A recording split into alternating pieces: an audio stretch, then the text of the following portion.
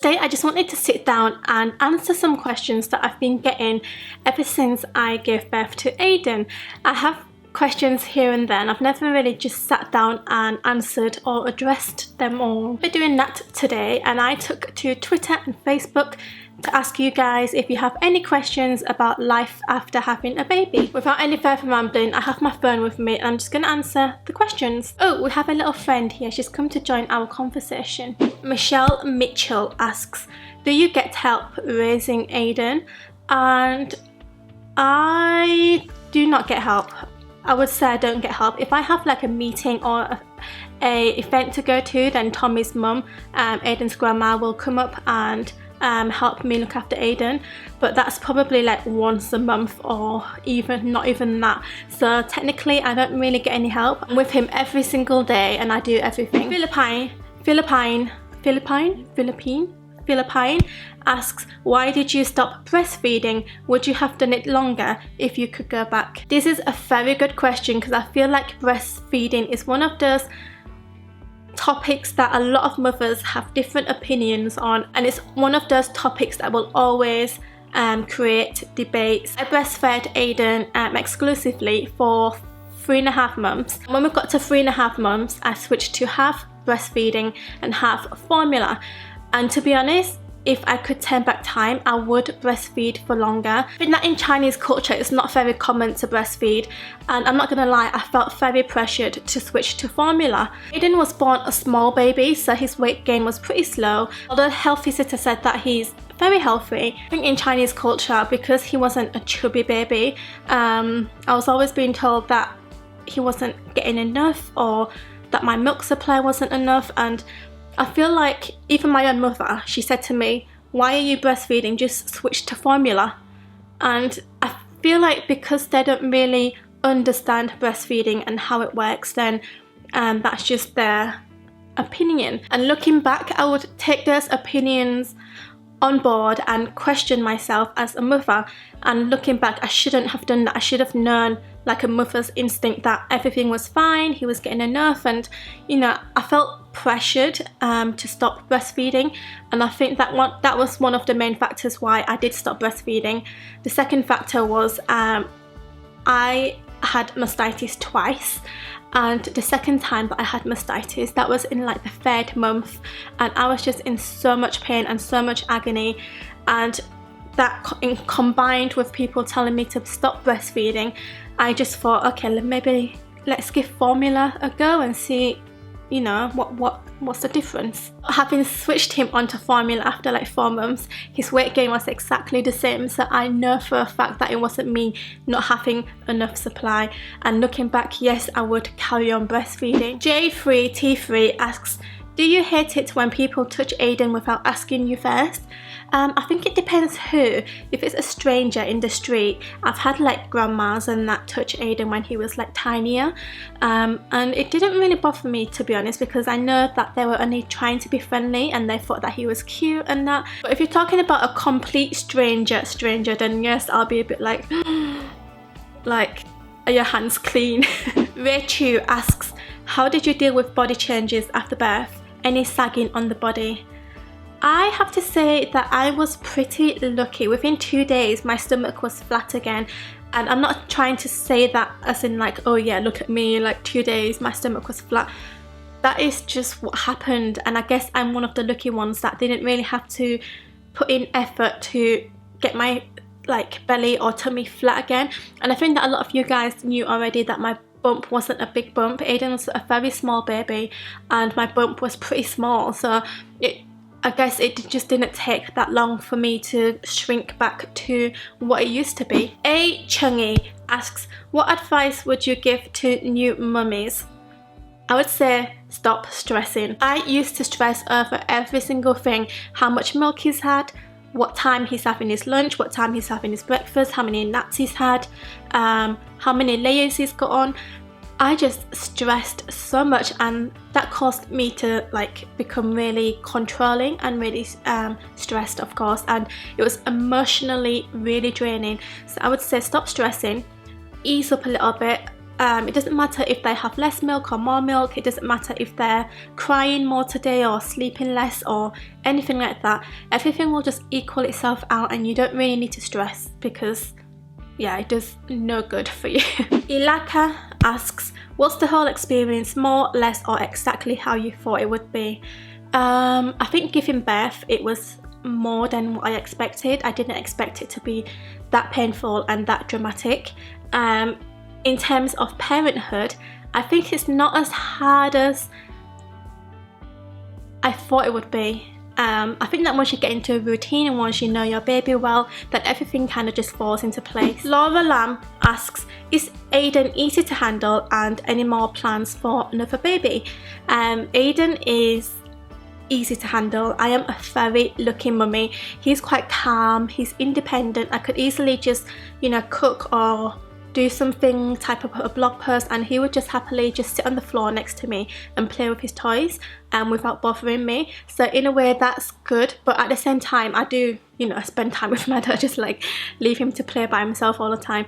But in a sense of easygoing, that's how easygoing he is, and he doesn't cry a lot. I feel like especially when he's at home, he never hardly ever cries, even though the past 2 days he has been a little bit fuzzy because his big teeth are coming through. But otherwise, he is a very easy, very calm baby to look after. Ling asks, do you miss spending time alone with Tommy? And I would say before Valentine's Day, which was like nearly a week ago now, I didn't know any different, because ever since giving birth to Aiden, we never had a date night.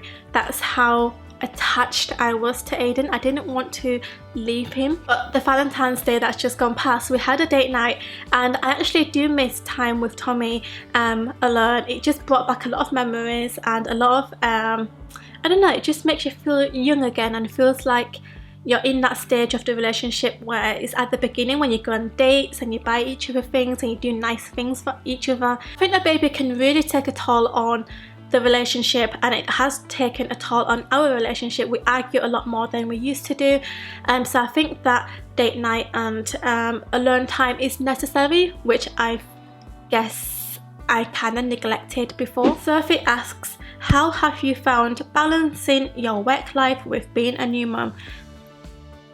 Holy, that is tough. Like, trying to balance work and being a mum is really tough, because I'm not the type of person who wants to, I'm not throwing any shade at anyone, I'm just saying what type of person I am.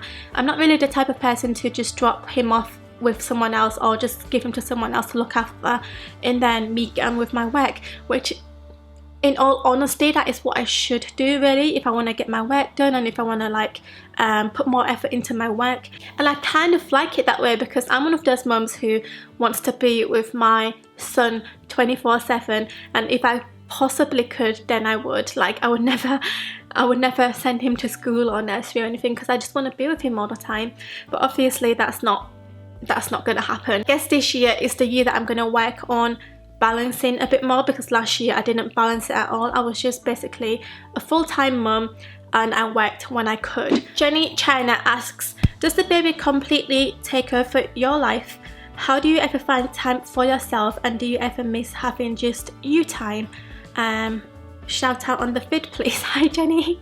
It does completely take over your life. As soon as the baby wakes up in the morning until he goes to sleep at night, then all your attention is on the baby. I definitely do miss me time, but I'm quite lucky in the sense that Aiden sleeps quite early, so I do get like 3 or 4 hours during the night time before I sleep to do whatever I want. So I can do browsing, have a bath, do my nails and whatever. So I do kind of get me time as well, so it's kind of a nice balance. But yeah, it does completely take over your life. Mies Loved Chan asks, how did Tommy as a busy working dad give support at home apart from changing and bathing Aiden? So in love with your family. Thank you. So Tommy is quite hands-on as well. He changes nappies, he baths Aiden, he feeds Aiden his milk. If he's having dinner or breakfast or whatever and dad is free, then I'll ask him to do that. He also plays with him a lot as well, so I think it's important for a dad to be hands-on and for a dad to be involved and not just go to work and then come home, see the baby and then go to sleep. For me, I want Tommy to be really hands-on, and I'm very lucky that he is. Christy Lifung asks, how did you do to stay in shape after giving birth, and have you been through baby blues? Like I mentioned earlier, I was very lucky with my body. I think that as soon as I started breastfeeding, it all just fell off. You naturally burn a lot of calories when you're breastfeeding, and especially when you're not having enough sleep as well, it just takes a toll on your body. And I kind of lost the weight really quickly. Within like 3 weeks, I was back to my normal weight, and that wasn't purposely trying to lose weight, it just fell off. I guess I haven't really talked about this before, but first month after having Aiden, I was pretty depressed. I think just the combination of the big massive life change, the no sleep, the stress, the body being really tired, family problems, relationship problems, it is like a massive change in someone's life, and it just can take a toll. And yeah, I think I've never talked about that before. I guess no one really talks about like baby blues or postnatal depression, and I don't think I've ever mentioned that before because it's something that's in the past, and yeah, it's like it's past. Winky Chung asks, how did you get your sex life back on track?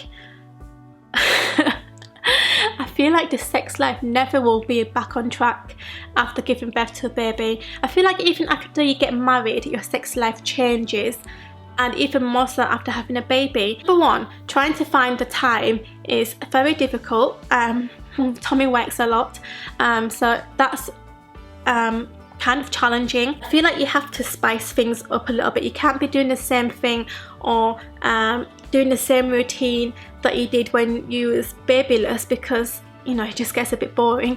Yeah, you have to really spice it up, and you can't expect your sex life to be just the same as when you was babyless as well. You really have to put in the extra effort, and yeah, it's up to the couple to put in the extra effort. It just doesn't happen naturally. My top tip would be to spice things up, change the routine and put in more effort. Yan Su asks, are you teaching him English or Chinese as a first language, and how is Aiden taking it?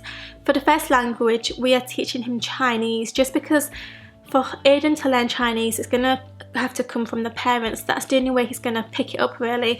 And with English, I'm not too fussed or not too worried actually about him learning English, because eventually he will learn English. We can talk English to him. He's gonna go to nursery, he's gonna learn English, he's gonna go to school, he's gonna learn English, so that's not a problem. Our main concern and our main worry is that he's not going to be able to speak Chinese fluently. That's why yeah, I only speak Chinese to him. Melissa G asks, what changes have you seen in yourself since having Aiden?